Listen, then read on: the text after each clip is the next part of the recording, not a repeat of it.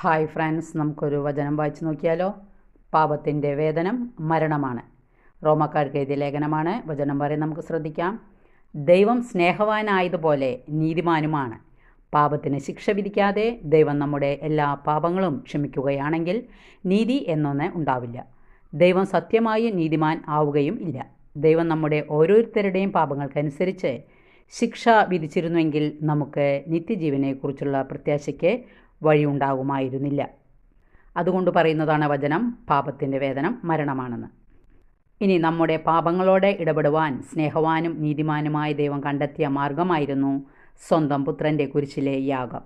പാപമില്ലാത്ത യേശുക്രിസ്തുവിൻ്റെ മേൽ നമ്മുടെ പാപങ്ങൾ വെച്ച് അവനെ നമുക്ക് വേണ്ടി പരിഹാരയാഗമാക്കി. അങ്ങനെ പാപം ശിക്ഷിക്കപ്പെട്ട് ദൈവത്തിൻ്റെ നീതി തൃപ്തിപ്പെട്ടു. നമുക്കാകട്ടെ അതുവഴി രക്ഷയുടെ വാതിൽ തുറന്നു കിട്ടുകയും ചെയ്തു.